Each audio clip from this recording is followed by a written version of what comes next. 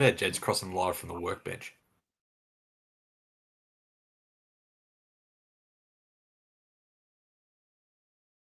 It's time to strap in and get ready. The leaders in AFL SuperCoach are incoming, helping you win your leagues and climb up the rankings. You're now listening to the Insight AFL Show with your hosts, Big Horse and Skitty.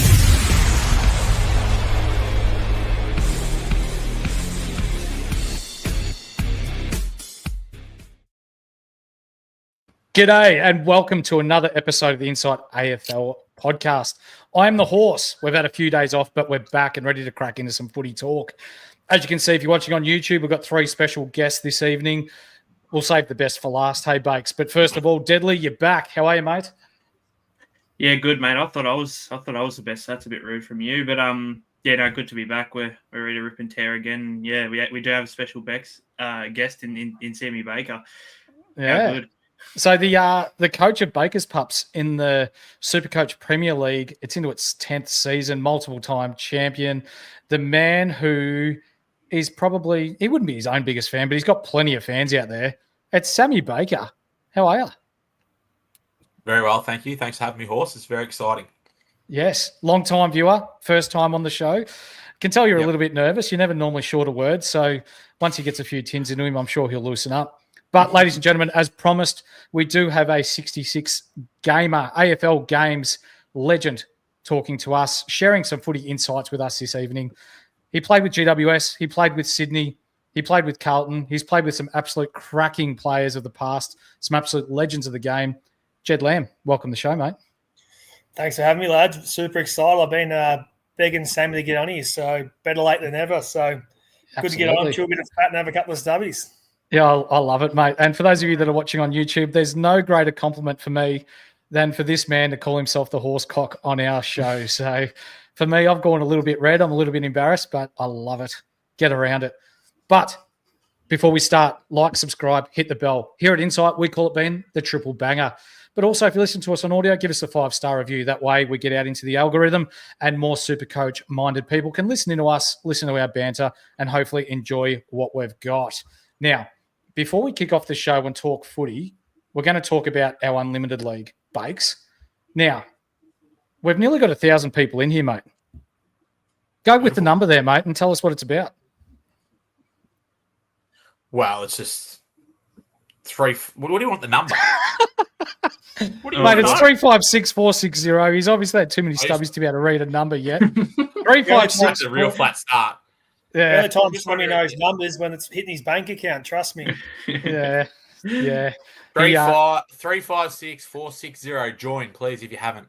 Yeah, and you know what, Bakes? If you join and you win each week, it's free to join. You win a free standard squeeze pack. Thanks to the guys at Standard Squeeze worth $50.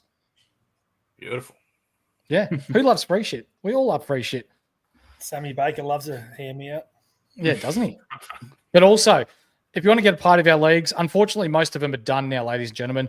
The 25, the 50, the 100, they're all done. I'm going to open up the $250 league that we have. We've currently got 16 in there, but if we can find 4 more, I'll open it up to 20. So if you're interested, please leave a comment in the description below or a comment in the live chat and we'll get back to you.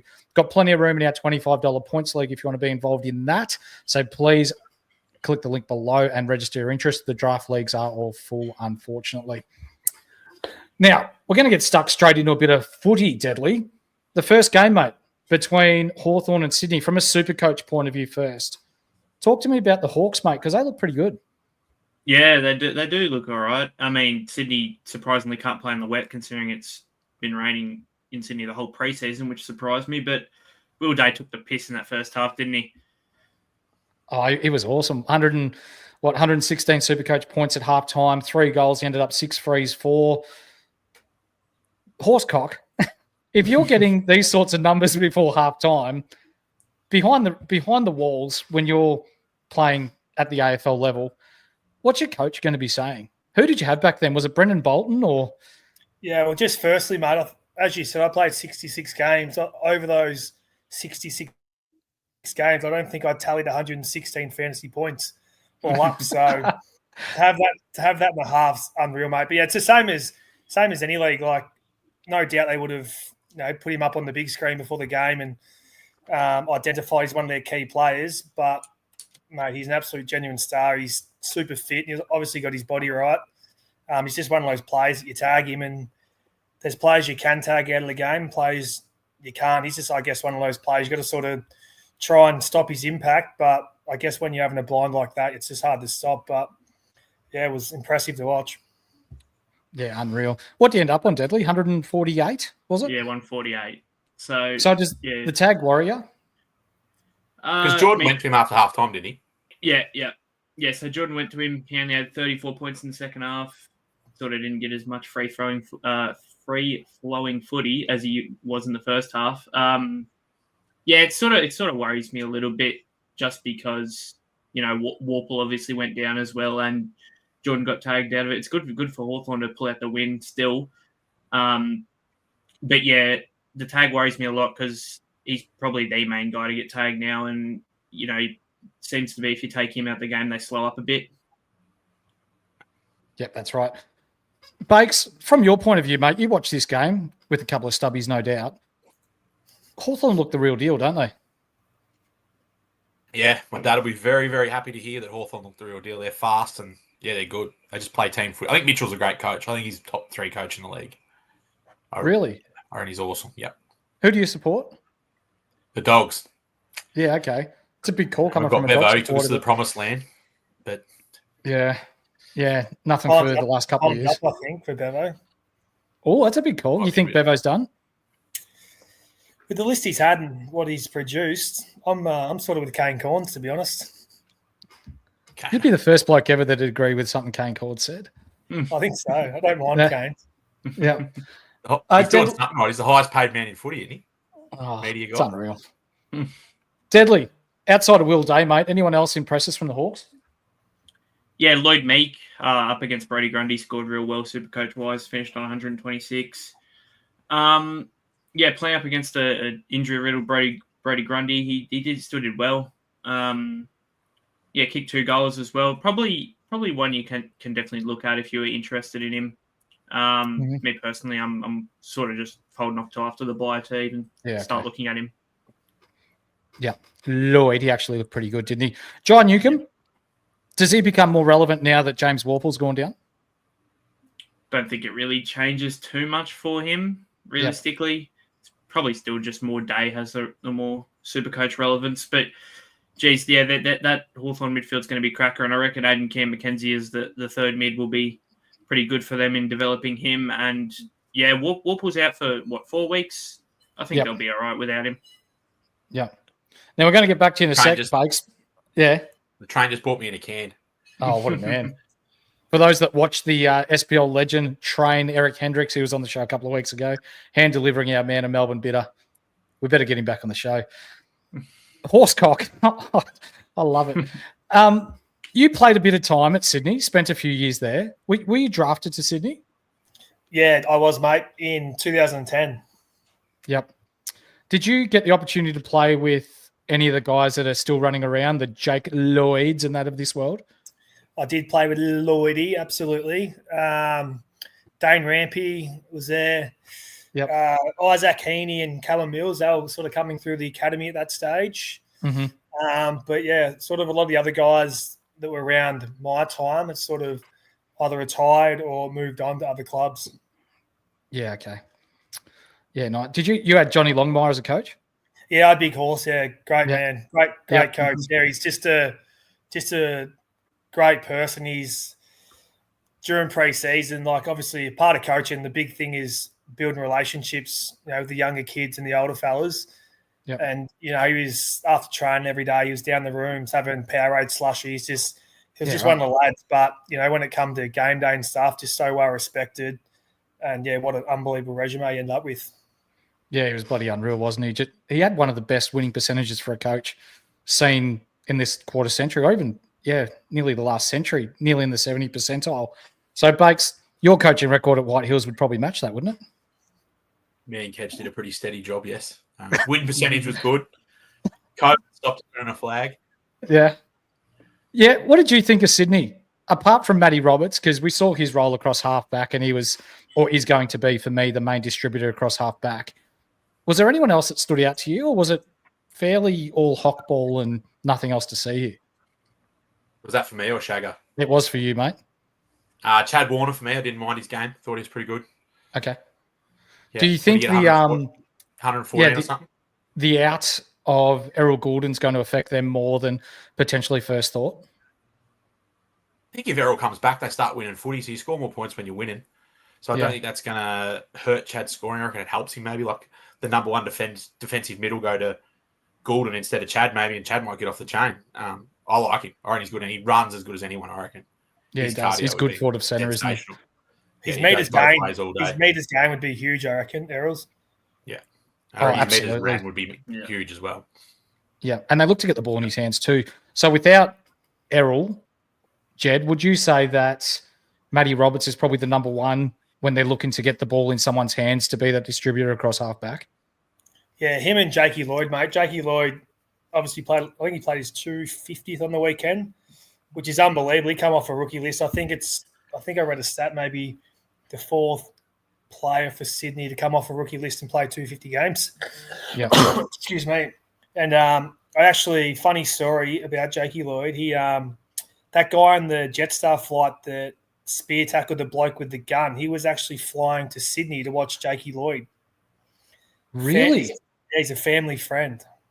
Wow. Yeah, he got interviewed at the SCG, and then he mentioned that he grew up with Jakey Lloyd and grew up with his old man. So, apart from him, probably those two. They're the sort of board distributors. But Errol's a massive loss. Like Sammy Baker said, when you got a couple of guns in there, one gets tagged out of the game, the other sort of gets off the chain. But, without him there, it makes it, a lot more for Chad to do. And that was probably the one thing about Will Day is, Sydney going with a plan, Will Day gets off the chain, they go in with another tagger, and it sort of upsets their structures. So Hawthorn really get it on their terms. Yeah, for sure. James Jordan, the number one tagger there, and then Rowbottom takes whoever the most dominant midfielder is. Would you say that'd be about right? Absolutely, yeah. So underrated, James Rowbottom. I guess every club has a couple of them, but as I said before the show, he's one of those blokes, when they're picking the team, there's no doubt, Coxie would grab his magnet every week and put him first picked, I reckon. It was very similar when I was there. There was a bloke called Nick Smith, and, just went under the radar when I first got drafted. No disrespect to him, I hadn't even heard of him. I was moving in with him, and I was thinking, Jesus, I'm going to be moving in with Adam Goods here or Jared McVeigh, and said, Nick Smith. I was thinking, who the fuck's that? But just one of those blokes that just flew under the radar and just got the job done week in, week out. Doesn't get high praise, but no doubt within the four walls, he very, very praised. Does all the 1% as well. Absolutely. Deadly. From a rookie point of view, a lot of super coaches had Angus Sheldrick in their sides and potentially Tom Hanley. Not really much to see there, though, is there? Yeah, Sheldrick's he didn't really impress when he was on. Yeah, obviously got subbed. Hanley did start as a sub, but I don't think you can have either of them now at this rate. It just looks, if they're going to play, there's huge sub risks. You can't take them in, any sort of fantasy or super coach with sub risks involved. Yep. I want to ask you about Sicily as well, mate. He played 3 quarters down back and then swung forward late. From a super coach point of view, James Sicily. Never heard of him. Yeah, who's he? Shit bloke squad. Deadly. Does this affect his super coach affordability, I guess, and his consistent scoring for our super coach teams? I think it's sort of the fact of Sam Frost being on the bench, and that back line is just so stacked that they can have a player of Frosty's ability as a sub, and they can swing Sicily forward. Look, it is a slight worry, but at the same time, he's still class enough to where in the 3 quarters or whatever, he's down back, he'll rack up 90 and kick a goal and get himself to 100. So yeah, I look, if you want to go with Sicily, I won't knock it, but there's too much risk involved for me though. Yeah, right. Before we move on to the next game, ladies and gentlemen, we're going to listen to an American guy talk about our AFL Patreon and what's on offer in there. Want to take your SuperCoach game to the next level?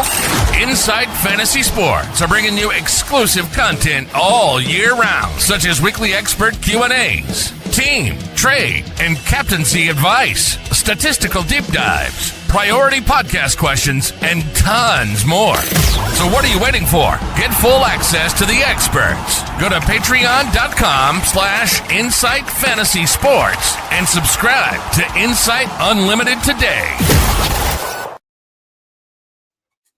Some Ripper articles in there that have been dropped today as well. Our buy, held, and sell article that was written up by our man Hurls, who finished top 300 last year. And what did you write up today, Deadly? Yeah, we got a little 4-in-1 article, contains, position analysis, just who's the best players to target, who's got the best run, just based off who's, averaging the most points against by position.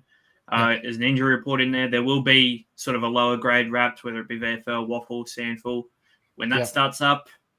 And we got the Tiger stats as well in there. So obviously James Jordan's stats are in there from how he went against Day, and Toby Bedford's against Nick Dacos as well. We got that in there. And that'll be updated each week. For sure. Before we get into the GWS and Collingwood game, our round 2 giveaway is still on offer, guys. If you follow IFS Maverick, Mullen _FF and DFAB _FFL, those who run our NFL network on the Insight Fantasy Sports Network, you go into the draw to win 2 tickets to the AFL Members Lounge, round 2 Adelaide versus Essendon, and there'll be a drinks package involved as well. All you need to do is follow those guys on Twitter, join the Patreon for free, and you go in with a chance to win that prize valued at $100. Bakes, you'll be joining us on that day. You can guarantee a good time, can't you? PG rated, of course. I'm pretty fun to be around, Horse. Reece Webb's just asked you an interesting question on the chat too, the coach of Spring Gully Cricket. Yeah. Is that the same Sam Baker that won an A-grade cricket match off his own? But tell me about it. What happened? Well, they had me batting at 11, and we needed 11 runs off 11 balls when I went in against the last year's team they played off in the grand final with, so 1v2 type setup. Yeah.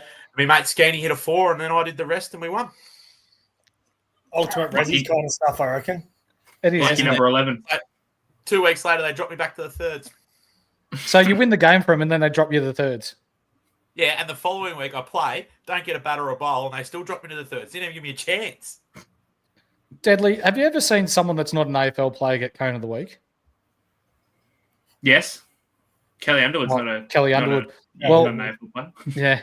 Reece Webb, you are our Cone of the Week for dropping our man Sammy Baker.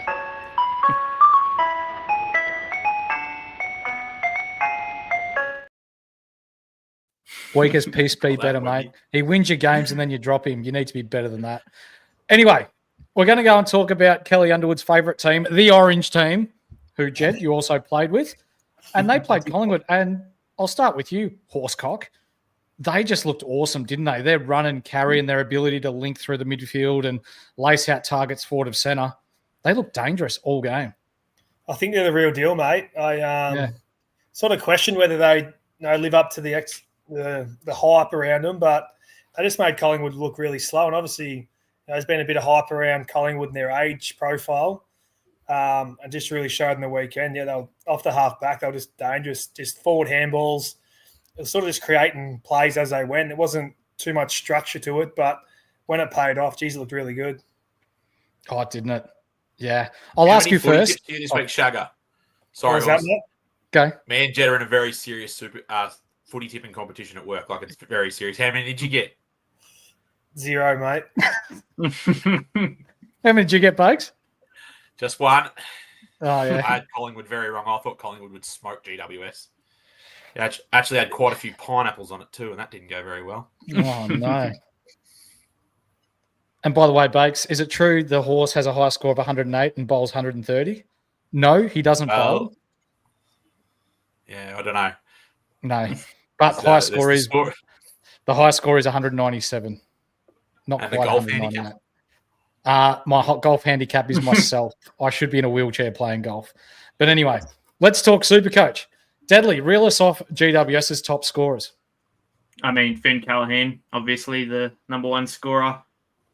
He took the piss all game. He was great, and I think it's a fantastic move from GWS to stick him right in the guts and be one of the guys that, really has a breakout for him, and he's going to be influential for him this season, especially when Tom Green comes back.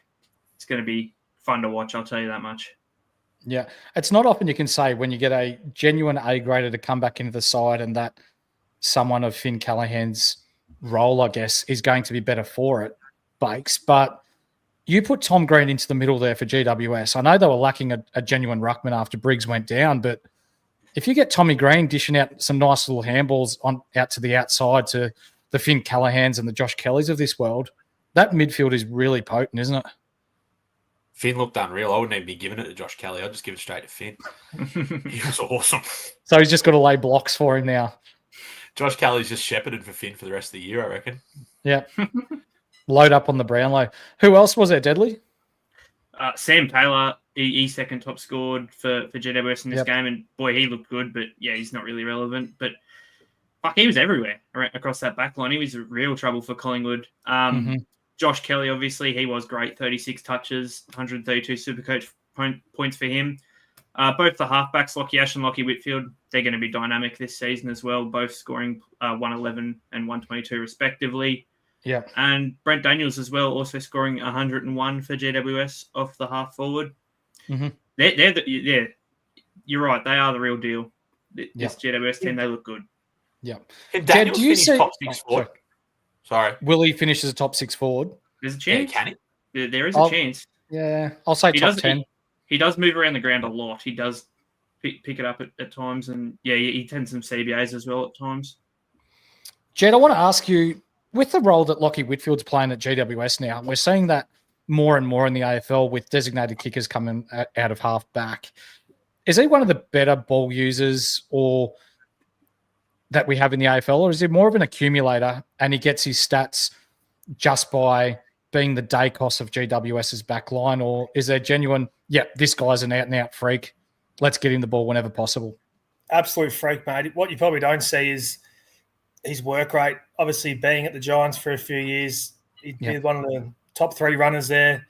Not much of him, but he's hard as nails. But, just his work rate to get up and back.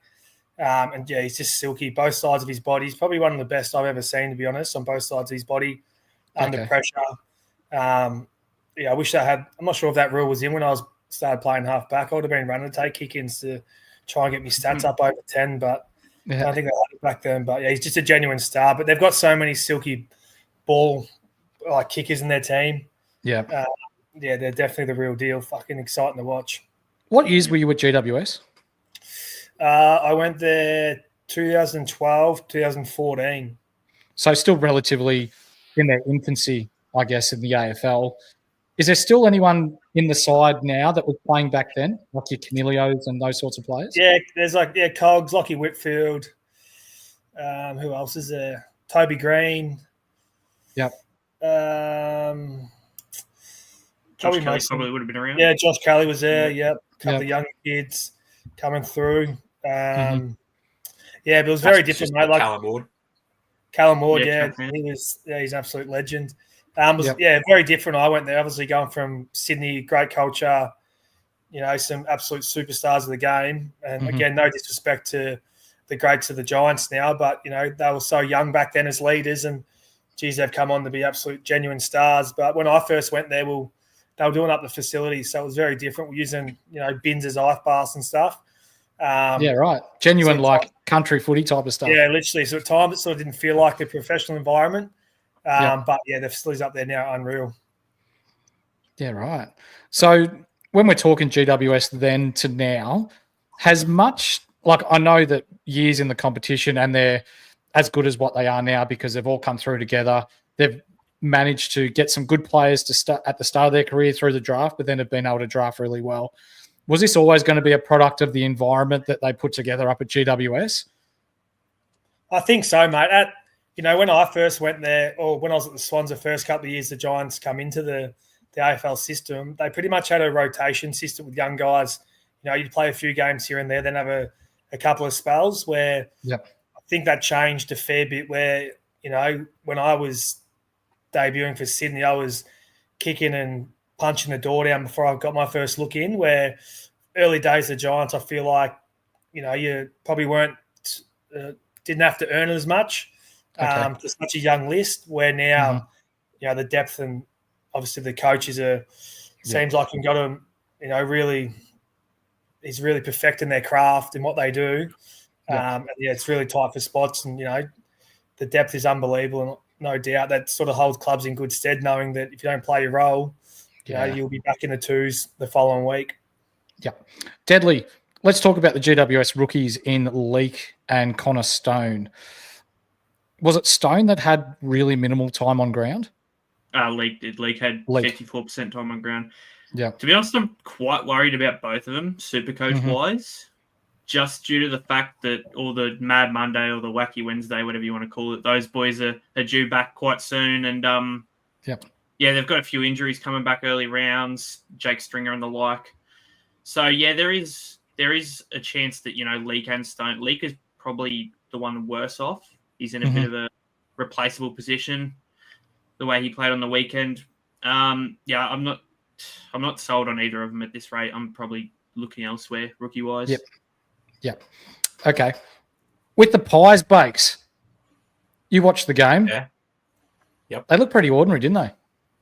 They did. They looked slow. But I think that might just be that GWS are really fast. I don't think the Pies are slow. I just think GWS are quick.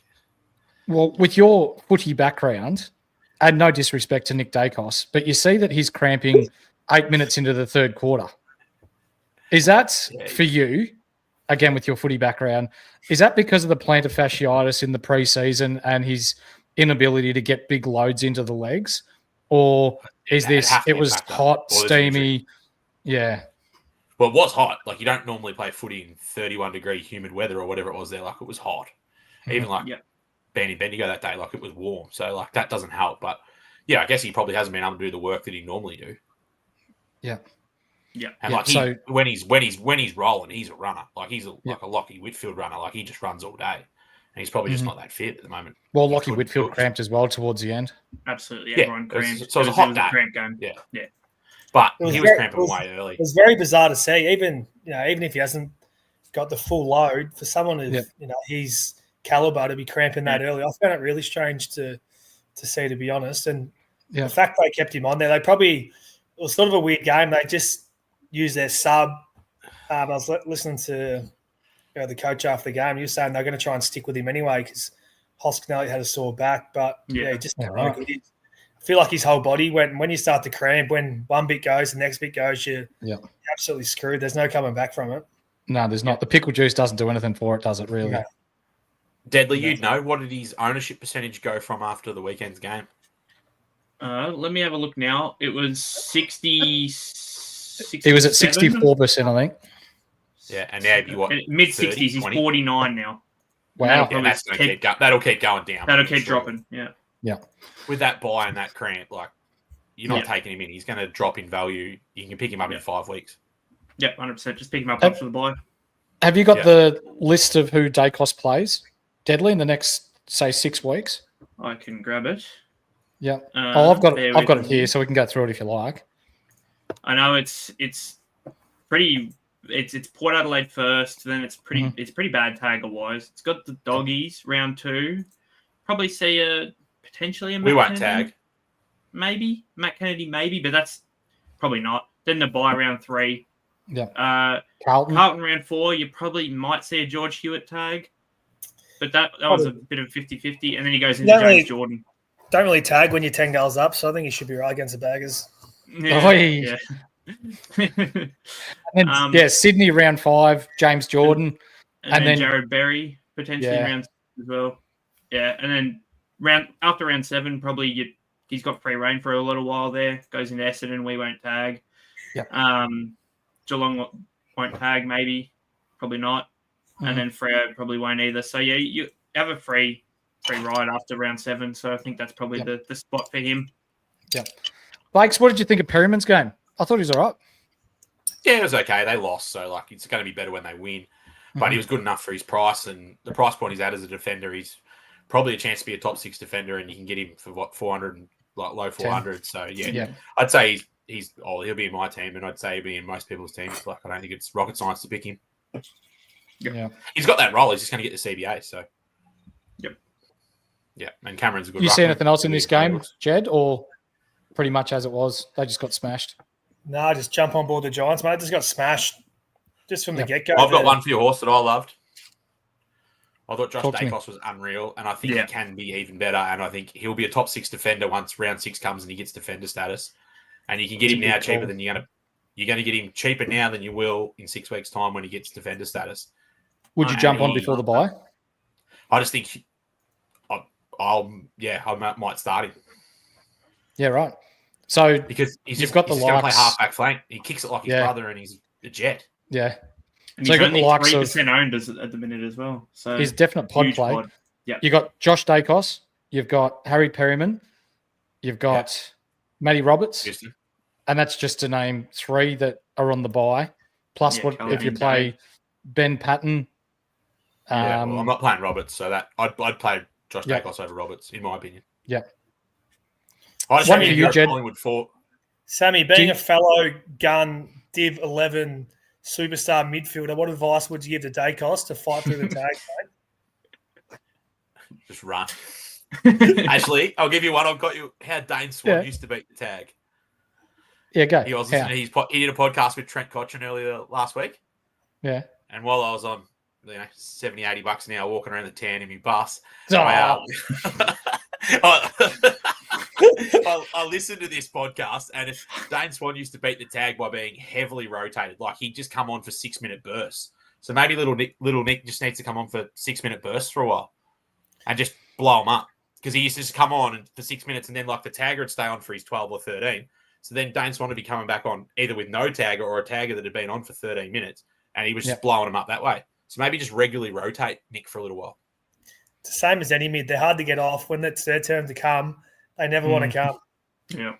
100%. Jed, do you think Houston hurts Josh Dacos' role across halfback? Is that for me? Yep. I don't think so. You can't, it's an absolute weapon having both of them there. Mhm. And I wouldn't be surprised if they start using Houston through the middle a bit more. Like with the leg speed going through there, they just look really slow on the weekend. Like superstar of the game, Pendles, and obviously hasn't need much time or anything. But like Sammy said, I'm not sure whether they looked really slow or the Giants just were too quick for him. Yeah. But, when you start off really poor for the year like that, no doubt Fly would making changes and putting blokes in different positions and whatnot. So it wouldn't surprise me to see either one of Houston or Dacos spend more time through the mid. Yeah. Any Collingwood rookies we need to look after or look at here, Deadly? Your Reef McInnes's or your Ed Allens? Or Look, Ed Allen was okay. I still don't trust him enough at the price. I think there is better options around this. Yeah, if he was 113, I'd be all over. If Ed was 113, he'd be in, but he's the same price as like 194. Yeah, nah. And we're not worrying about it. Reef McInnes at 200, he's not in a good enough role to make enough coin to be worth it. It's just an intercepting role. Yeah. Yeah. Now, our Punters Club president says that they brought the interchange limit in because of Dane Swan doing that. True story. It was on the podcast. I didn't know that either until I listened. Well, there you go. I'm learning something today as well. Is a big fan of mine, isn't he? I think loves he is. it. Yeah. He loves Yeah. it. Yeah. Now, go on. Tell the people at home. You play Draft Stars, don't you? Oh, no. Come on. No, we want to hear it. Come on. Yeah. No. Before he talks, ladies and gentlemen, you Lockie Bramble responsibly, which means gamble responsibly, and you only bet within your means. So only bet what you can afford to lose. Tell us the stories. There's a few, but tell us the great one. Yeah, the Draft Stars have a golden ticket tournament for all sports. So they have it for basketball, golf, cricket, footy. Yep. I've qualified for a few of them and done okay, like a few thousand here and there and stuff like that. But they had a massive one 2 years ago for the AFL, and I qualified twice, so I had 2 tickets into it. And it was the year that Carlton was in the prelim, Collingwood was in the prelim. Yep. That year. Well, I don't know. All I remember was Mitch McGovern was my man. Anyway, I come second and I come 16th. So I won $103,000, and it was about a few weeks before I was moving into a new house, and I bought myself a new car and bought a bit of furniture. The rest is history. Yeah, I've gone back to it. Brisbane versus Carlton. Mitch McGovern, second most touches on field. How about that? Yeah, he was very good. And a good friend of mine actually come first, but he had a 3-way syndicate with 2 mates. Don't let draft stars hear that because I'm not even sure that's legal. dear. But it's fine. It actually is legal. They just split it because they all entered all year and they just said we'll split it 3 ways to get in. So it was a little under the table deal. But anyway, Mitch McGovern actually come off late with a hamstring, and I was coming first, and I just needed because he was one of my point of differences, and I needed him to keep going so I'd be a chance to win. And then he come off with it might have just been cramp or something, and they'd sort of iced the game or whatever. The game was over. So, but yeah, come second. How much did you make? 103,000, 6 figures. It was pretty surreal. Like it was in my DraftStars account, then I withdrew it, and DraftStars has like that Osoko pay, so it's instant.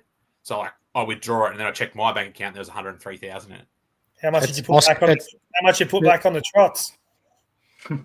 We're a long way up on the trots. Ask the Kizzer. It's not Osoko pay. We're not in Korea, mate. It's Osco pay. All right. Oh, sorry. Yeah, that's all right. You'd think if you've been paid out that many times, you'd know. Know.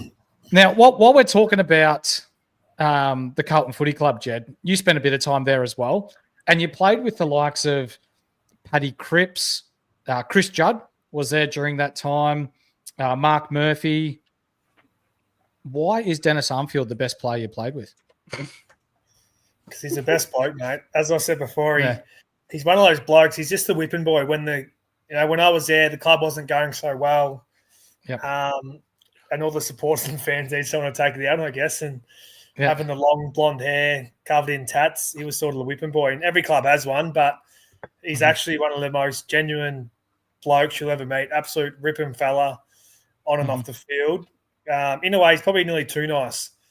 Just no mungle about him. But just wore his heart in his sleeve. Ripping fella. Couldn't say a bad word again about him, to be honest. The commentators loved him, didn't they? Brownlow night? Did he win that award on Brownlow night once for like the best bloke in the league? Like they did some charity work or something? He won the Jim Steins award. Oh, yeah, that's outside of a massive stuff. award to win. Yeah. He was. Yeah, he's not too sure what the charity was, but he did a lot of work within the communities and stuff on his days off and weekends when he wasn't playing footy. Obviously, just lived to give. Yep. Was he the fastest bloke at Carlton during that time? Apart from yourself, of course. Yeah, absolutely. If the ball was going forward, I was pretty quick. Defensively, I was no hope. He's probably one of the quickest blokes I played with. To be honest, the quickest bloke, when I was at Sydney, everyone used to rave on about Lewis Jetta, and obviously he was super fast. But Gary Rowan, I've never seen anything like it, mate. He was really electric. Yeah, he sort of went under the radar a bit. Everyone knew he was quick, but there was always Lewis Jetta's flying and this and that. But Gary Rowan, I've never seen anyone run as fast as that bloke has. Unreal. That would have been good. Must be the red hair. There's a question in the chat. Kevin Sheedy was at GWS when you were there. Is that right? No, I never had Sheed. So my first year was Leon Cameron's first year. All right. Was Sheed still doing anything behind the scenes, or was he gone as soon as Leon Cameron came in? Sheeds has his hand in the pie everywhere, mate. He's always doing stuff behind the scenes. Yeah. Always around the club. Another ripping fella. He's just so well respected within the AFL community, obviously. He would have been a part of recruiting you, though, wouldn't he? Because obviously he had the reins the year before. Nah, so Stephen Silvani. Sauce. Sauce got me across. So I was actually, quick story, I was actually meant to, got offered a couple of years to stay at the Swans, and they'll offer me pretty much the same money I was already on. I'd played 12 games that year in a really successful side. So I just sort of said I'd wait till the end of the year to see what happens. And then obviously I was back home in my hometown of Yarram, and there was rumours going around that Buddy had just signed 10 years at the Giants. He'd toured their facilities and whatnot. And then I got a phone call from my manager saying, Buddy's actually just signed 10 years at the Swans. And I said, well, no wonder. He's taking me money. They're giving me none, the tight asses. And then the next day, obviously, Stephen Silvani rang the Swans and rang myself, and it was probably an offer I couldn't knock back. Being a young kid, just saw the dollar signs, and hindsight's a wonderful thing. You live and you learn, and it's all part of it. How did you find, like being a Gippsland lad, how did you find going from Yarram, which is, for those of you that don't know Yarram, it's about 45 minutes south of Sale in the Latrobe Valley, East Gippsland area. How did you go from a small country community like Yarram to the big smoke of Sydney, and like we hear the cot that Sydney get, the cost of living away allowance and all that sort of jazz. Must have been a big shock to the system. Oh, it was, mate. And I've mentioned this in like a few podcasts I've done. The night of the draft, I had like all my mates. The local pub was absolutely packed. I had like the local news and stuff there, and my manager had rang me and said I was either going to pick 19 to Hawthorn or pick 21 to Sydney. And Fremantle had pick 20 in the middle. I was thinking, fuck. I don't want to go there. And then obviously Hawthorn took Isaac Smith. They'd be shattered probably now looking back. Probably no doubt. 4-time premiership player. Played a couple of games. Norm Smith medalist. Yeah, Norm Smith medalist. Yeah, so quite a resume compared to mine. And obviously, I went pick opportunity 21. Though, Shagger. Exactly right, mate. Exactly right. I went pick 21 to Sydney, obviously, and I actually left the pub that night. I was really upset, and I went home and I was in tears. I was hysterical, and I said to Mum, "I'm not fucking leaving the family, like tight knit family, and from a small like community. Like we drive tractors down the main street, and I barely left home, to be honest. But I even remember my first time I come back home to watch the local derby, Yarran versus Allies. It was time to leave to go to the airport, and I actually rang John Longmire. I was really upset. I was like, I can't get in the car. I don't want to come. He goes, mate, you need to get in the car, like do the right thing. We'll get you back in. We'll organise, we'll put a plan together when you go back home and see the family. But once I got back up there and I settled in, mate, I love Sydney. It was the best time of my life, to be honest. Yeah. We've got some Mapra Eagles fans in the chat as well. No. Just so you're aware, but yeah, we don't talk about Mapra, do we? They've had a golden run in the Gippsland League. Well, funny you should say that, your man Deadly. Puma's in the chat saying Mapra Eagles run the show. I've heard enough. You're now coaching Warragul now, Jed. I am, mate. Yeah, correct. So that's been second year, third year? So coming up my third year. So obviously I went down to Bendigo where Sammy Baker thought he ran the show, but was very the mayor of Bendigo, played there. I was there 3 years. Obviously missed one of the years through COVID. Robbed us of a grand final, unfortunately. Flag, not a grand final, Shagger. Flag. Yeah, flag, absolutely. Love the club. Probably the hardest thing was just to travel. If it was up the road, it's one of those clubs you'd stay at forever. Just great blokes, just a great community footy club. And then, obviously went to Warragul, played there a year, just having a kick and just loved the club. And they were sort of looking for a coach. And I really hadn't thought too much about coaching, to be honest. But going into my third year now, and it's full on. You probably don't realise how much work goes into it, even being a country club. I probably do more work for football than I do for John Holland, which is not that hard. But I love it, mate. I love the footy club. I do a fair bit of travelling, but it's definitely worth it. I love the footy club. Love everyone involved, and it's just a great community club. Awesome. Hey, Horse. Yes, mate. John Holland's give him, a nice salary each year, but it's nothing compared to what Warwick will give him. Now, we're going to go through each footy club, and I just want you guys to give me some thoughts about how you're going to go this year and players to look out for. We'll start with you, Bakes. Adelaide. Yep. How do you see them going and players to look out for? I think Rankin will have like a breakout year, like he'll go to another level. Yep. I think Rory Laird will jump back up to where he was. I think he'll go back to like what was his average, say, like 3 years ago when he was flying? I reckon he'll go back to about 115, was it?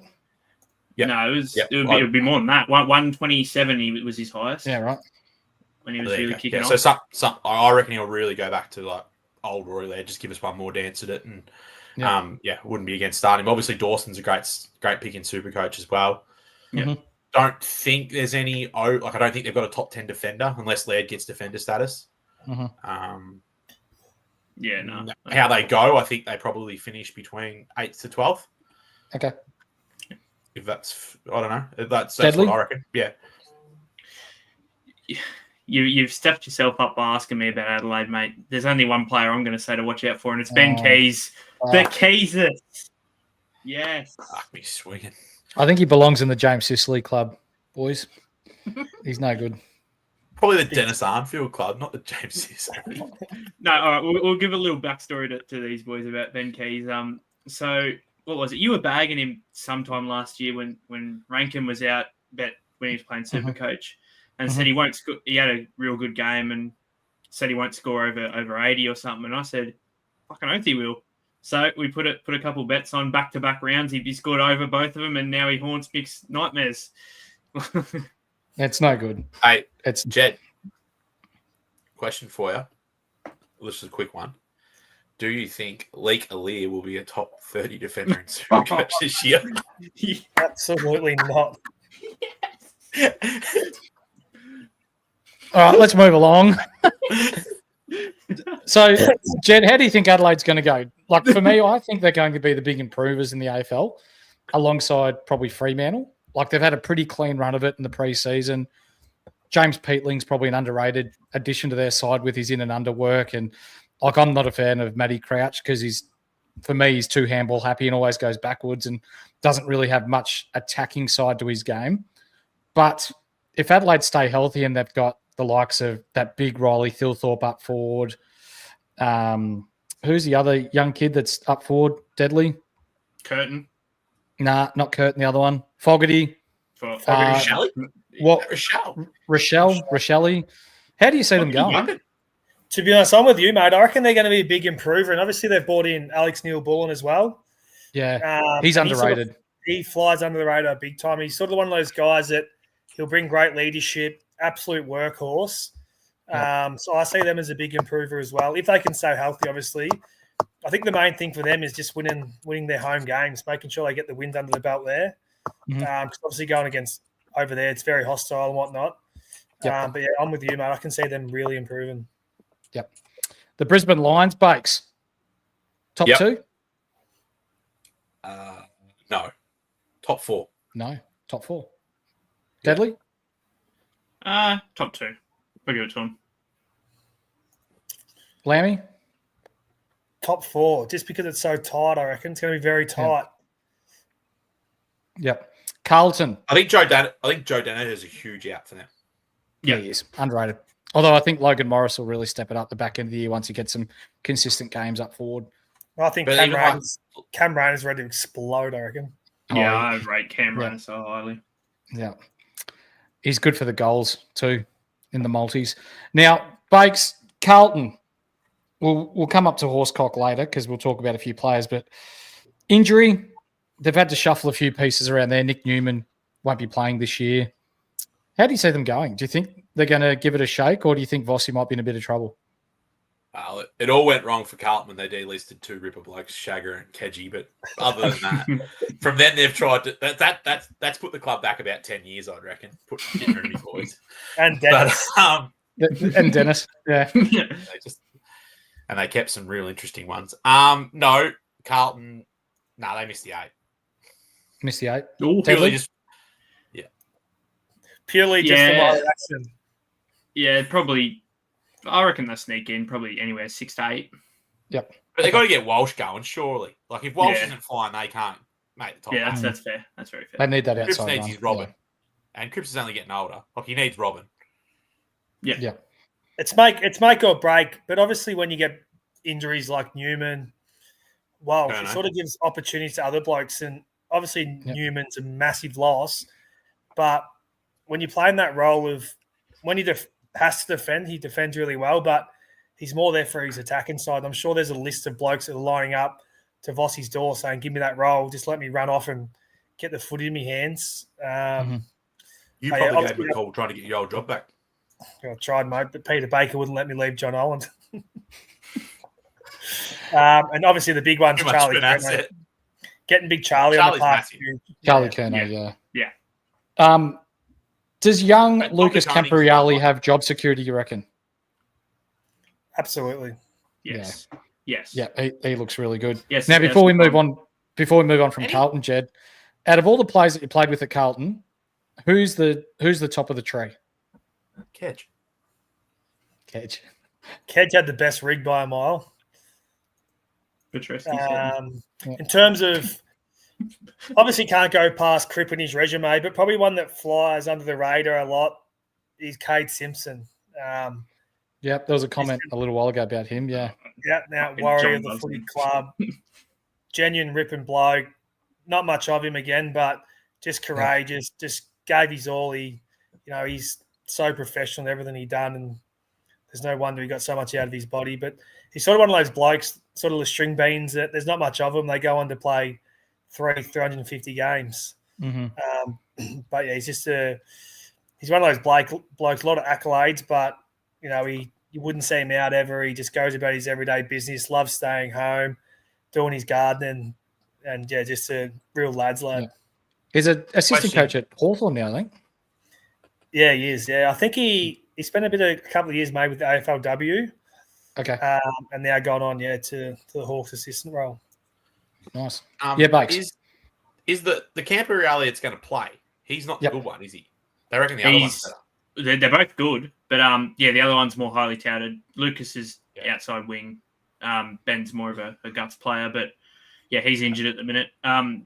Just touching on it, Lucas's job security is bloody perfect. They needed a winger to opposite Blake Acres with Ollie Hollands moving to halfback, so yeah, he'll have it. They tested Jackson Binns in the first trial, and obviously they didn't like him as much as what Campriali did in the second trial, and it looks to be his to lose at this rate.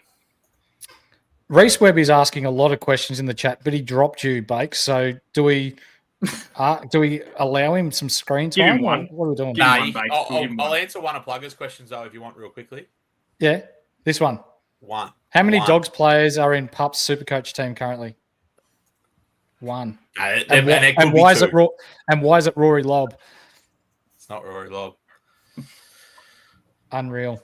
Essendon. Collingwood was spoken about. Essendon. We'll start with you, Jed. What do you think of young Kako? Absolute star. I wish Tip and Woody was still around, to be honest. Them two would be electric to watch.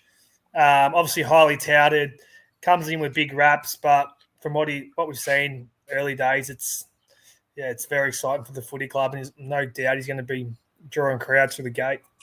100%. Deadly, Essendon, you're an Essendon man. How many wins do you see us winning this year? Or how many games do you see us winning this year? Hey, Deadly. More importantly, how many goals for Nate Caddy? Oh, enough. I reckon Nate Caddy gets anywhere from 35 to 40. Pushing over 40. He needs 40 bad for the horse. Bakes and I have a case on Nate Caddy kicking 40 this year.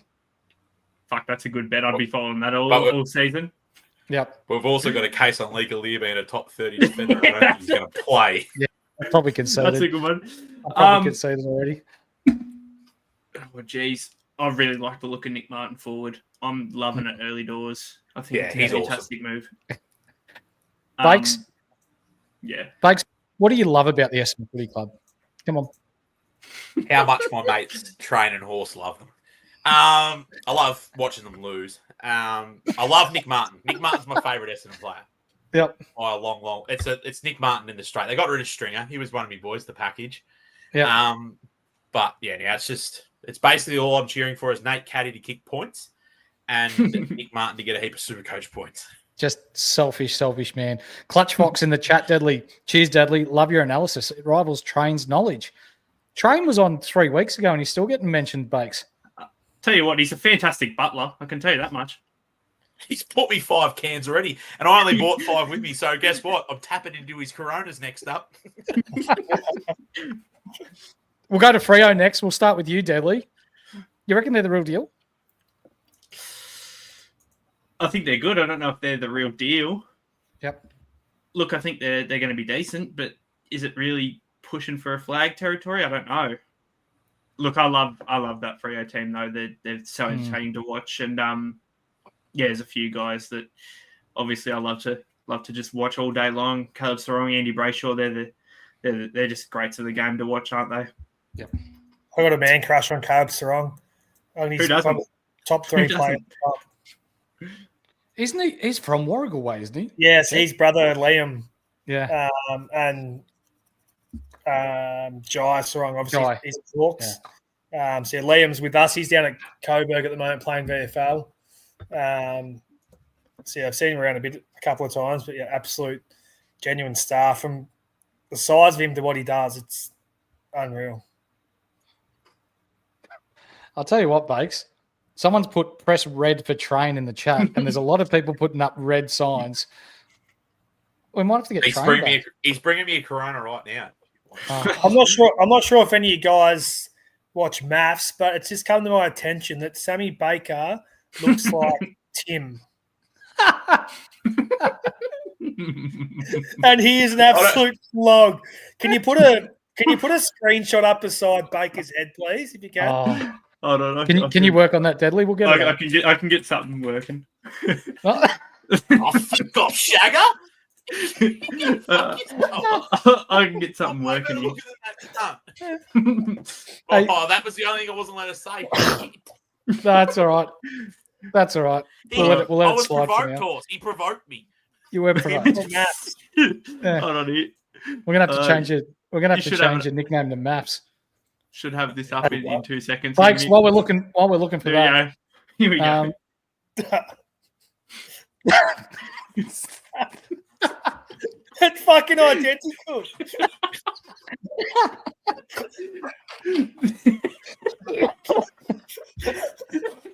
That's unreal.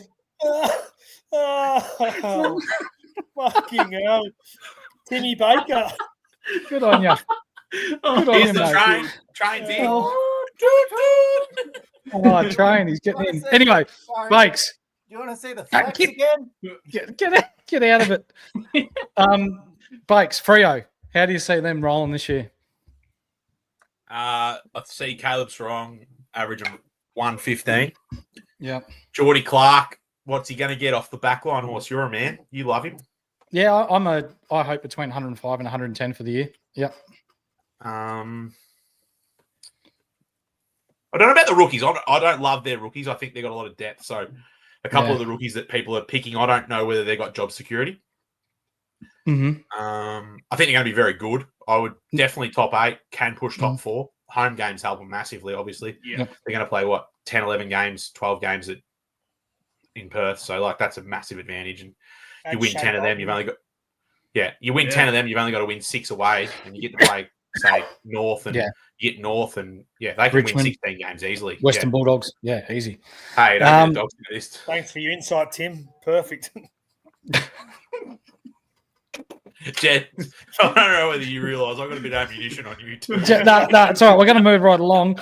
Jed, I want to ask you about Geelong. So they've been forever known as the oldest list in the AFL and what have you. And you watched Collingwood yesterday and they looked really, really slow against GWS.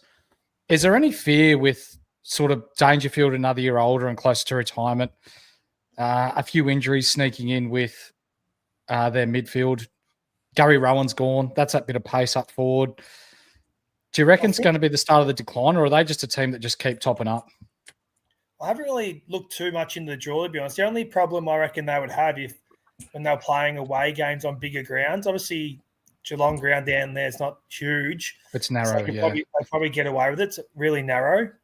But then when you go to the MCG and stuff, you might see what we saw yesterday with the Pies. But in saying that, I've been in the same boat for years. You write them off every year and somehow they just manage to keep doing really well. Same as the Sydney Swans. Obviously, better list, but you just can't write them off. Obviously, Scotty's great coach, a real good mastermind. But obviously getting on a bit. But some of the young kids coming through, like DeConan, obviously massive potential, whether he stays or not. That's a big question. But, can't ride the Cats off. I've been in the position before, I haven't. I've been proven wrong every year. Deadly? Yeah, I love the Cats. They somehow just find a way to never fall off, do they? The young crop they've got coming through are fantastic as well. Lawson Humphries and Ollie Dempsey and the like, they're great. Yeah. But boy, I think Zach Guthrie is the most underappreciated player in the AFL at the minute. He's so good. Jesus Christ. He's so good and doesn't get the appreciation for it. I'm serious about it too. I played under 18s with Cam Guthrie and a bit of a different cat, and I'm not sure if he still does. Guthrie's like Cam Guthrie off Temu. But years ago in his spare time, he was pretty sure to get away from the footy life. He was working at Cold Rock serving ice creams during the night just to escape the you should have stuck to that, dude. Oi, Tim, I've just been told that you're warming up here. I need to get a Ryan Crowley type pinch here and tag you out of this. So Geelong's my favourite team to talk about. So let me know when you want me to start. Go. They're my most hated team in the comp, right? I've got cousins and uncles for days that go from me brother and. That's enough out of you, mate. Now I've just muted him because I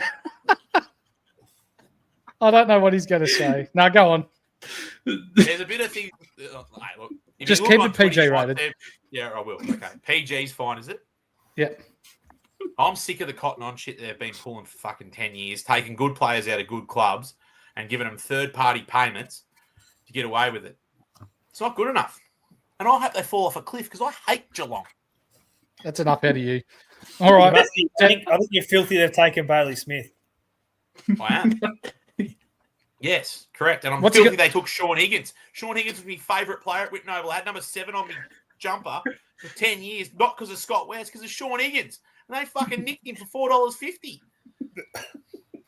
He had a big head. Oh, dude. Deadly. I heard one expert say, John Drew in the chat, he wanted a flex player to play early in the round. Any thoughts? For me, I plan on putting my VC in my flex each week because it's going to be one of your better players and you're not burning a captaincy option. So you can use your captaincy elsewhere, but it allows you to loop your defense, your mids, and your forwards. You're not just stuck in one area. Have you got any other thoughts for that? No, I'm the exact same. I'm running the VC in my flex most of this year. It's just the best way to do it from all the ways you can run the flex position this absolutely. year. Yep. The Mojave room's giving you a bit of love. I've got some intelligence for you. Oh, no. A bloke that I really respect at SuperCoach, he has a plan around the flex. Okay. And it's like obviously to go heavier guns and rookies this year because you've got that extra player so you can afford to have a worse rookie on the field. For sure.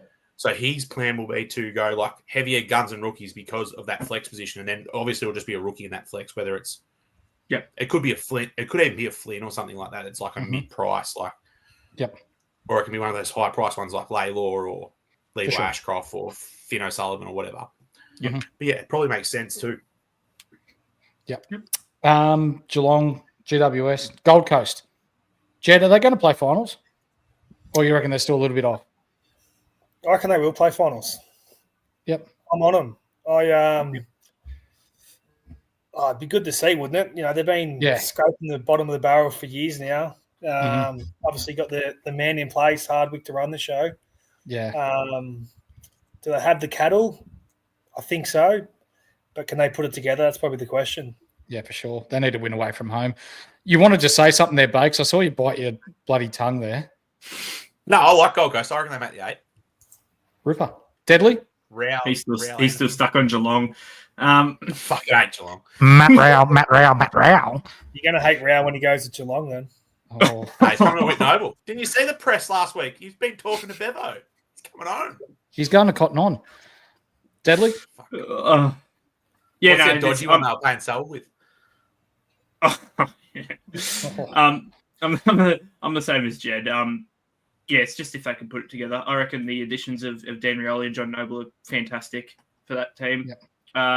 This is probably their year to finally, am I right in saying they haven't made the finals yet? That's right. Yeah, this is their year. Can Rao get off to the hot start he did last year? Like, he got off that hot start. If you had him in the first 5 rounds last year, you were on top in SuperCoach. Mm-hmm. Yeah. Can he do that again? He was on fire, wasn't he? Yeah. He took the piss for about 6 weeks. You know what? He's I think sort of done that since he's come into the league. Wasn't he leading the Brownlow in his rookie season? Like, is it just that he cracks? Is it he cracks him so hard that his body gets sore? Yeah, that'd probably be it. But gee, start the blocks quick. Great head for radio, Big Matty Rao. It's really red, isn't it?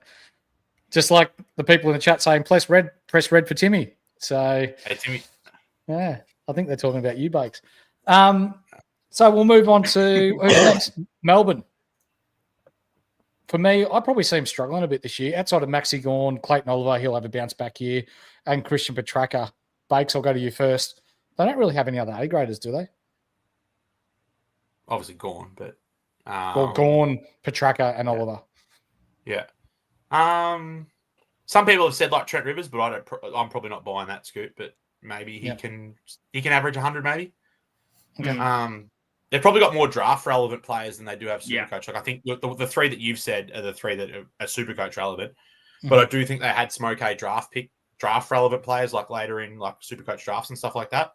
Mhm. Obviously, like Rivers, Salem, even Stephen May, and Bowie even now. yeah. They've got a few like blokes like that if you can get them late in the draft, it's probably an okay pick. And who knows how good a couple of those kids can be. Like Langford looks like they love him. Yeah. They reckon he's awesome. So like he could probably be 80 or 90. And good. Yeah. Horsecock, what do you think? I'm the opposite to you, mate. I reckon if they can find a way to score goals, Yep. they can make the 8. I reckon. Yeah, right. Tracker back to his best. Oliver back to his best. Gorn's obviously a freak. I think the biggest question mark is up forward, but obviously Lever, May down back, they run a pretty tight ship. Yeah. I guess if those younger kids can come on. Cozzy up forward, dangerous. He's due for a big year. Coming out of contract, that's usually when they play the best footy. So For sure. I think if they can score goals, mate, I reckon they're going to be a big improver and make the 8.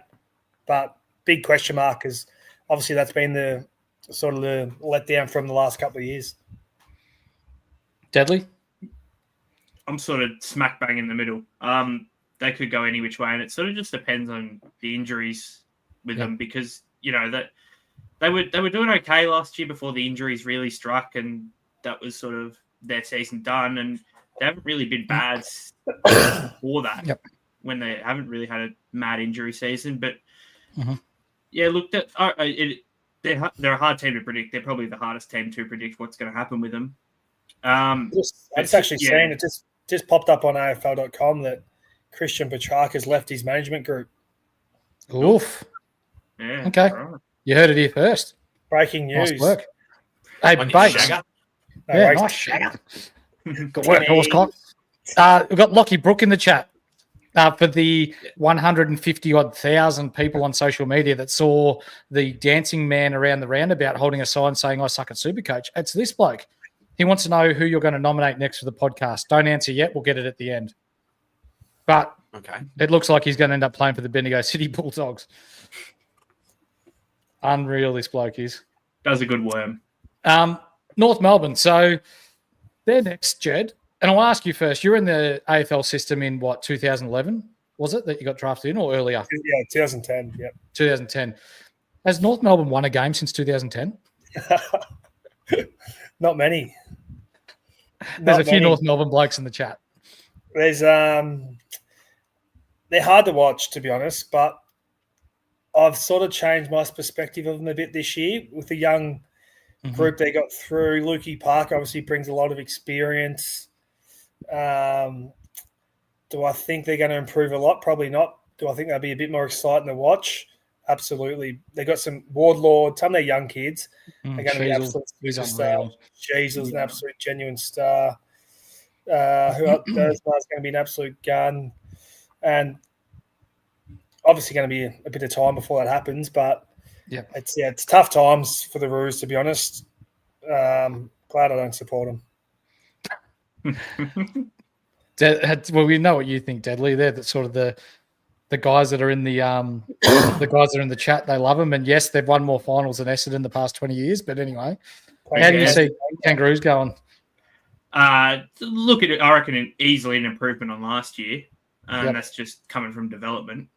I think the addition of Caleb Daniel is fantastic for their exit out of defence. Yep. Look, they're still a couple seasons off, I reckon, of being that real danger team. But yeah, they'll win some more games than what they did last year. Beautiful. And to be honest, from a sorry, I'm just jumping again. All right. From afar and from an outside point of view, what we think is improvement compared to what they see within the four walls would be very different, I reckon. Like they would have obviously, 1%ers and dot points of what improving looks like for them, where from the outside and the journos and jumping down their throat, it's a lot different to the actual perspective you get when you're inside the four walls.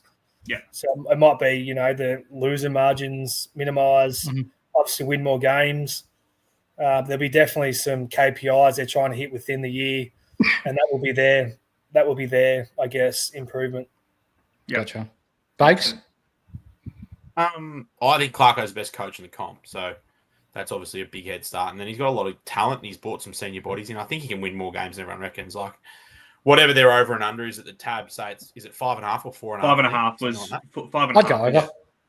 Yeah, I'd bet over. Bet over. Let's make our own Bolter bet right now, Sammy. What are you saying? Yeah. Oh, Well, if it's 5.5, I'm happy to go over.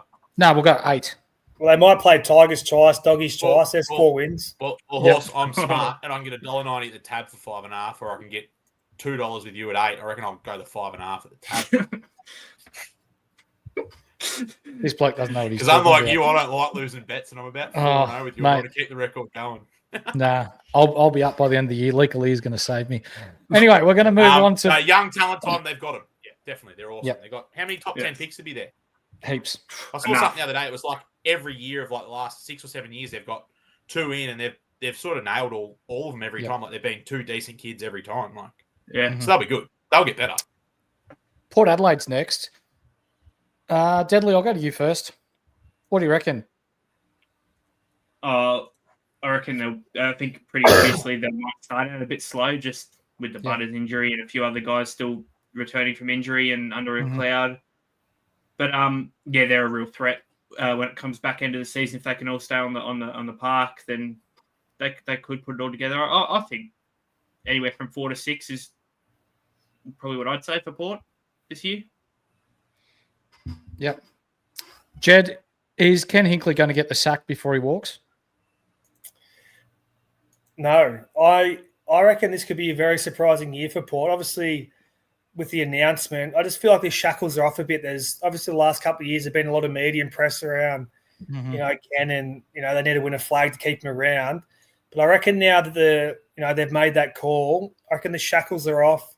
They play with a lot more freedom, knowing that no matter what happens at the end of the year, he's gone and someone else new takes over. Because I reckon, when you build a great relationship with a coach and you're playing for him, when it's not going your way, it does have an effect on you. And obviously, a lot, they're always in the microscope. Obviously, being in Adelaide, everyone loves footy, but I reckon they could be a massive improver just for the fact that they know what's going on. Someone new's taken over and they're just going to play free footy. Yep. Bakes, anything to add? I like Port. Like I thought if they didn't have those injuries, they were a real genuine contender.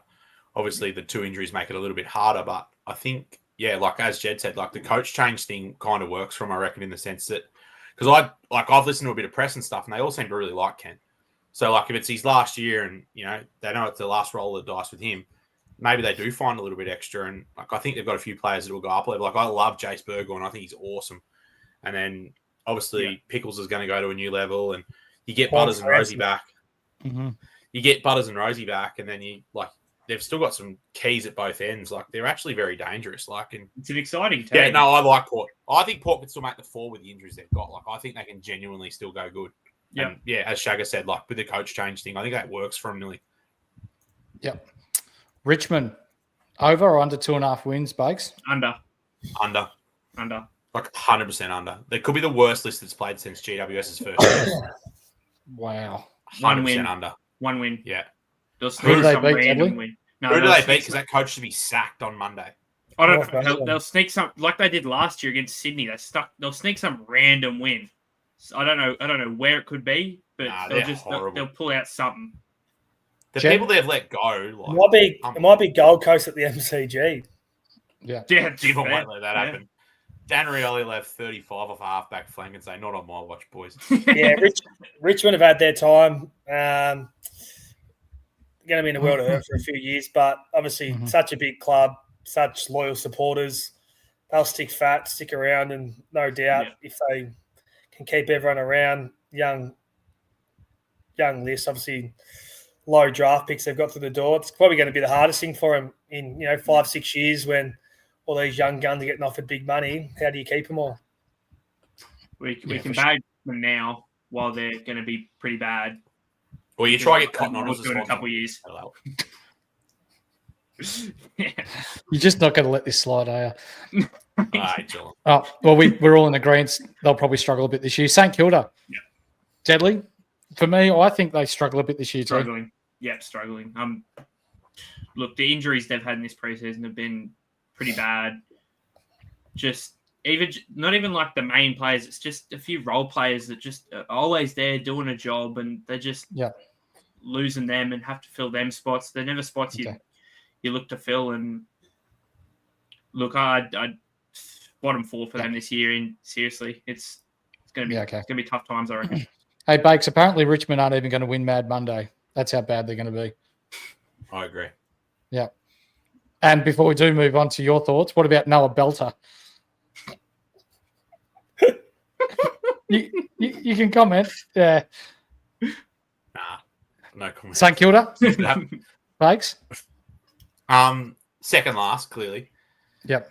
But I have a pop quiz question for you three. It's a bet that's been had at work this week between my little brother and another bloke called Gouldy. Tim Membry versus Brodie Myercheck. Who kicks the most goals for Collingwood this year? Because Jack's a Saints fan. Obviously, Gouldy thinks Myercheck's a good player for Collingwood. Who kicks more goals for Collingwood this year out of them two? Tim Membry. Myercheck. Membry. Ooh. Well, we all think Jack's an idiot, and he's picked Membry. So, like, I think Shagger's right. I think Myercheck. So, it's 2-2. Go to the chat for the decider. Oh, Plugger's gone Membry. Okay. Plugger's already in. No, Plugger doesn't know shit. Jed, how do you see St Kilda going this year? Is it going to be a year of struggle for them? To be honest, mate, I'd rather watch North Melbourne play. And that's a big call. They are fucking boring to watch, aren't they? Yeah, as Sam said, his younger brother Jack's just got rocks, and he thinks they're a good team to watch and they got good players, but they just they're boring. Some quality players, but Ross the boss just doesn't want to score goals, mate. It's fucking hard to watch. Yeah. We've spoken about Sydney. If you're a betting man. Sorry, if you're a betting man, halfback flankers against St Kilda every weekend. Every day of the week. And wingers. Load up. Wingers absolutely kill them. Like their zone that they play. Like a random you can dead set pop for 10. Like a bloke playing in the halfback flank or back pocket that hasn't got a kick all year. Jeremy Finlayson had 30 touches. Jeremy Finlayson had 30 touches in the back line in the trial match against them. That's all you need. That's your bet. Every week. St Kilda, halfback flanks, back pockets, they just pop. Yeah. West Coast or Western Bulldogs first, Bakes? Leave the best to last. All right. So we'll talk about Western Bulldogs now then. Hey, we've got Marcus. All right. Let's talk about West Coast. We'll go to you first, Bakes. Talk to me about West Coast. They're not going to be... I reckon they're going to be better than what people think. I reckon 6 wins isn't beyond the realms of possibility there. But SuperCoach relevance, there are some players there that could prove valuable for us this year. Yeah. No, they definitely do. They've got some SuperCoach relevant guys. They've got some rookies that'll play. Got some guys that might pop. I love McGovern. Like, I know he's old and he's done it 5 years in a row, but he just keeps seeming to do it. So, like, there's a reason he's been top 6 defender for how many out of the whatever years. Yep. But I've got him third last, clearly. Like, I reckon it goes Richmond suck, St Kilda suck a little less, and then West Coast suck a little less than them. If you could take a trifecta, that would what price that trifecta horse? Because that's big trifecta. $1.05. It's not good then. You're not getting any value. But professional opinions from Bakers. I'd really put North in there instead of West Coast. Nah, North will beat West Coast. We'll have a bolter on that one, Jed. Done. I reckon North could even roll them over there if Harry Sheasel gets off the chain. They did last year. Yep. Yeah, we'll talk, Jed, when we're doing a bit of bus drive, and we'll sort that out. Good. I like it. Deadly, have you got anything to add on West Coast? Just another good, young, exciting team coming through. They'll just take some years. It's the same sort of thing. Yeah, they're probably bottom 4 still. Yep. Jed, is Campbell Chesser a buy in any form of AFL format? Who the fuck's Campbell Chesser?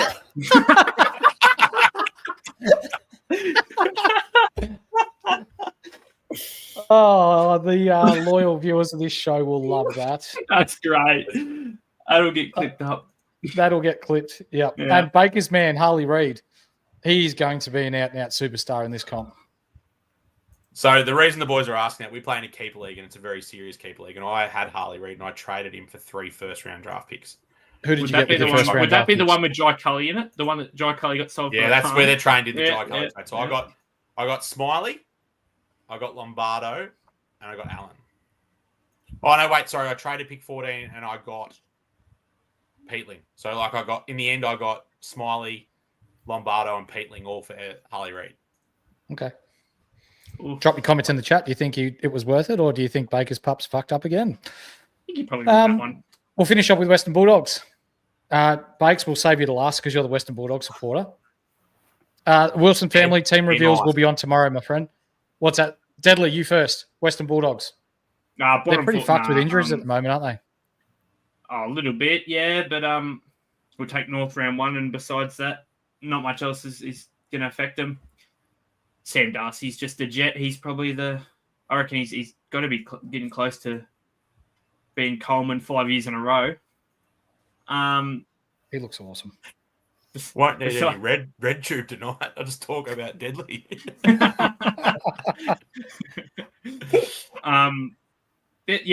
Look, good team.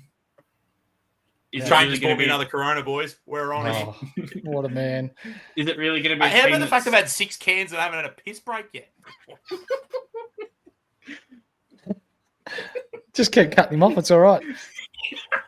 I didn't want to talk anyway. No, it's all right. He didn't want to talk. That's all right. Good team, not great team. They won't win a flag this year. Let's move on. Yep. Jed, Western Bulldogs. Hard to read, I reckon. Couple of injuries, obviously, early will hurt them. I think they got a pretty tough draw to start the first 2 games. Yeah. And just all the noise you hear around, the coach and the players not getting along. I think internally it probably takes a bit of a toll. They're probably sick of hearing about it. Yeah. But I just think they don't play. I don't think they play finals. If they don't, I think they move Bevo on. Yeah, right. Do you think, or not do you think, what do you think's going on with the Riley Sanders scenario and his limited midfield time so far? Like, the kid's a gun. He racked up numbers at junior level. He's racked up numbers at VFL level. He's shown that he can play. As we can see, Deadly's changed his background to the Colonel himself. What's going on there? Do you think that he might even move on to Tassie if he doesn't get the midfield time this year? Absolutely, mate. I think you just saw him in the deep end, don't you? There's only one way to teach him, and he's shown he's more than capable enough. And obviously they got some quality players in there, but he's only going to add to their side. And if you're not giving him the game time, there'll be a lot of other clubs, that are keeping an eye on him very closely to see what he's thinking. So, definitely, I'd be definitely throwing him in there. That photo's unreal. That's a great one. That's you could say the Colonel himself. He's on for 50 touches. Con Bakes, in 100 words or less, give me the Western Bulldogs rundown. In the summer of 2015, 2016, I felt pretty similar about my football club. Oof. And Bevo got us there, so we'll just back him in. And we've still got Bond. He's the best player in the comp, and he's coming back in 3 or 4 weeks, isn't he? Maybe. Round 5, round 6 is... Yeah, and Jamara's just getting his fitness levels up. He's going to kiss and make up with the leadership group. He'll be fine. Yeah, right. And then Trelaw's getting over his calf, and Libba's ready to roll, and Sanders is rolling in. Like, if we get rolling, you wouldn't want Cody Wakeman? Well, he's busy with his art and his other projects, so he's all right. Arts and crafts. Look, I'd say we're absolutely fucked, and I'm a little bit nervous about playing Essendon, which I didn't think I'd be saying in January, but now I'm saying that I'm nervous about playing Essendon. And what sort of bet do we have between Essendon and Western Bulldogs? We had a slab. Yep. We had a slab. How confident are you now? Are you... I think 50-50, surely. Like, you blokes aren't that good. Don't get me started on Zach. Pluggers said 225 words and counting. Are you genuinely worried about North Melbourne round 1? Yeah, as I said, we take our footy tipping very seriously, and I love the Western Bulldogs. Like, I'd get the 2016 tat on my ass, no worries, and I will be tipping North Melbourne. Oh, wow. We need it. And Bond's our man. Like, without Bond, like, he's different. Like, he lifts us when we need to be lifted. But who's going to lift us this weekend? The Blues at $13 to beat Richmond by 100. Maybe. I don't know. Possibly. Yeah. That game's pretty big, though. They get 90,000 there. Surely the Tiger Army can lift them to keep it within 10 goals. In the first quarter, maybe. Yeah. There are footy teams, ladies and gentlemen. We're going to go through a few questions before we knock off for the evening. It's question time. Let's answer your questions for the week ahead. Bakes has been worse than Train early.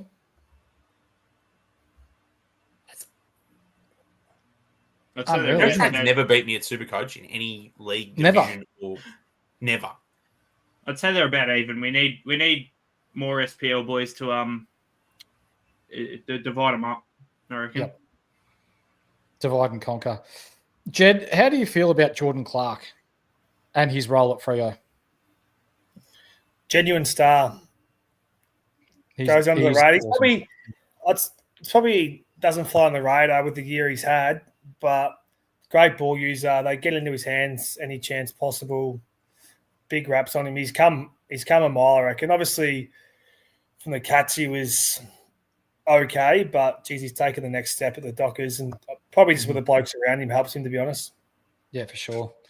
Now, I'm going to ask you a question here, Bakes, because you gave me shit about drafting this bloke last in our draft league. How good is Darcy Jones? He's a bit better than I thought he was when I came to shit. Nah, he's good. He's awesome. Yeah, no, he's fucking quick. Yeah, he's elite. Like he's just everything that GWS is, isn't he? Like he's fast, Yep. sleek. They'll be making a bit of money in merchandise off helmets, I reckon. Oh yeah, he's made helmets cool again. Yeah. Nah, he's cool. Nah. And Webby's made a good suggestion for another bolter bet for me and you. There, I'll get to that. I'm just going through the questions, mate. All right. I'm running the show, not you. Isn't it? What is Deadly drinking? Plugger, I have finished off that whole bottle of wine that we were on about. This is free wine that I get from my place of employment. So lovely. I'm now on the Woodstock. Where'd you get wine as a taxi driver? But anyway, let's move on.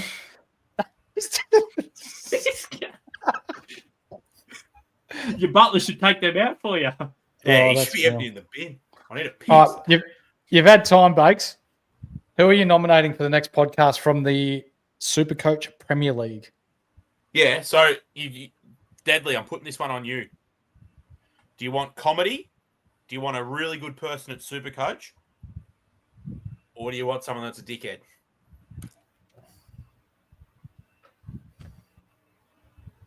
Give me the comedy. Comedy. Give you the comedy? Yep. You got James Fox. Foxy. Oh, yes. Foxy. Foxy's on next. You heard it here first, ladies and gentlemen. Is he a prior winner of the SPL as well? Oh, he runs it. I'd say he's won it. Yeah, he would have won it. Yeah. Okay. He's very good at SuperCoach. He's the most annoying person in all our draft leagues and keeper leagues. Like he's messaging for trades 24/7. School teacher, not busy. After 3:30, put your phone away if you don't want to hear from Fox. Deadly, is Hugo Garcia worth it at $245K? I still think so.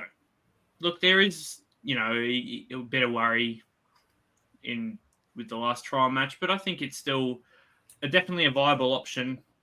Just because the players we have nowadays, you're going to need a guy like Hugo Garcia or someone around that price value just to match up.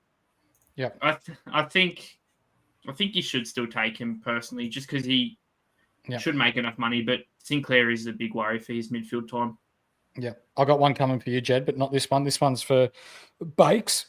Corey Blackledge, thoughts on Dawson to Callahan and Pryor up to Perryman at D5? Yeah, awesome. Go. Yeah, do it. Callahan can outscore Dawson. Yeah, 100%. Yeah, that's a lot. Oh, Baker, how does the man Bailey Smith go this year now that he's not coached by a moron? That's a premiership coach. It's a moron, yeah. Yeah. Jed, no, I think Bailey Smith flops like I do, honestly. Tory's hammy off the bone pre-Christmas, didn't he? Is that the mail? Yeah. Yeah. So, he is injury prone. He's got the old mental health stuff. Like, he is a battle. He's hard work. Surely we agree he's hard work. Yeah. Jed, thoughts on young Layla, the number 1 draft pick in fantasy? Or actually, we'll just talk about it from a footy perspective. This kid has got so much potential. Throw him in the deep end, mate. He sounds like he's had a rip in preseason. He obviously come in with probably a bit of puppy fat on him, but looks like he's turned that into muscle. I think he's going to be an outright genuine star. And, it might be tough with the young list they've got at the moment and the blokes around him, but it wouldn't surprise me if he was the number 1 man at the end of the year. Yeah, right. Big call. Love it, though. Deadly. What about our man Massimo D'Ambrosio? Classic-wise, no, he's just too expensive. Draft, yes. you can look at him for sure if he's around the pick. Keeper? Yeah, I'd take Keeper, him. yes. Yeah. That Baker's Pups in the keeper league, so that's what Is we're he? about him. Yeah, good. Bloody fantastic footy player. I got nothing wrong to say about him. He besides the fact that he left Essendon, but we sort of kicked him out. Yeah. We did. For a bag of chips. The wing isn't great for fantasy, SuperCoach, all the above, but he's still a good enough footy player to average 85, 90. Yeah. Apparently, Foxy's more bland than plain toast. Nah, he's great. Unreal. Oh, all right. Here's one for the Carlton man, Jed. What's the dumbest thing you've ever done while you're on the piss while in the AFL? PG rated, of course. Fucking. All right, we can't answer that. Sorry, Jonas. No comment. No comment. Baker's Pups, do you think Kako could replace Stone in your SuperCoach team? Nah, you have them both, don't you? Maybe Stone's got less job security. Kako's going to play the next 700 games for Essendon when he's fit. So, probably you'd keep Kako over Stone just because Stone's job security is a bit less with those wacky Wednesday boys rolling back. And Kako probably looks to have a little bit more X factor too. Yeah. Now, we are going to wrap this one up, ladies and gentlemen. But before we do, Jed, what was your number one highlight while you're playing AFL, the thing that sticks out to you the most to give the people at home something to go out on? To be honest, probably just my first day walking into the Sydney Football Club. Obviously, my dream was to play AFL, and I remember my first day walking down the stairs, and I looked around the room. There was Adam Good, Ryan O'Keefe, Jude Bolton, Ty Kennelly, just so many genuine superstars I'd admired for so long. And probably just my first game as well, to be honest. Debuted against Hawthorn at the SCG. And as obviously as every club do, they fly your family up, which was unbelievable to have them.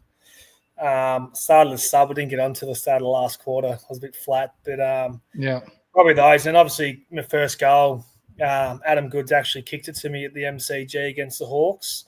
So probably them. So many great memories, but so grateful and to be able to live out my childhood dream. And I look back and think 66 wasn't many, but to be honest, mate, if I had played one, I would have been over the moon. So, sure. Very grateful for the opportunity I got. Yep. Between yourself, myself, Deadly, and Baker's Pups, we played 66 AFL games between us. So thanks for sharing that experience. But for joining us tonight, you will be receiving a prize pack. Thanks to the guys at the Standard Squeeze, and we appreciate your time tonight, mate. No worries, lads. Been great chatting. Thanks for having me on. Bakes, thank you for joining us, mate. You've actually kept it together fairly well after about 1 million stubbies that you've had here. For the people that love a bit of a punt, love having a beer and general banter, where can they find you on social media? At Baker's Pups, just there. I just didn't put the at like horse and Deadly, but Tim, if you just chuck a little ad in front. Tim from Maths. Shagger, I got one for you before you go. Yeah, mate. Hit me. What was your highlight of your career at White Hills? Probably kicking 14 off no sleep. Did you have a big night the night before? No, I worked night shift. I worked 7 at night till 7 in the morning. Drove up the Calder Freeway, had 4 Red Bulls. It was the Premiership reunion, so we wore these special jumpers. And I had to go up Pleasant. Had to go up pre-game and speak to the old players. And I said, where are you playing? So I keep an eye out for me up forward. And I ended up kicking out. I think I kicked 14-5 or something that day with no sleep. So unreal. And you've got up that day because Mount Pleasant, they've been a good team in Bendigo for a long time. Sammy Baker. That was our coach. Sammy Baker had a bit of movement in his undies that day. I'm not surprised. Deadly, thanks for joining us again, mate. Where can the people at home find you?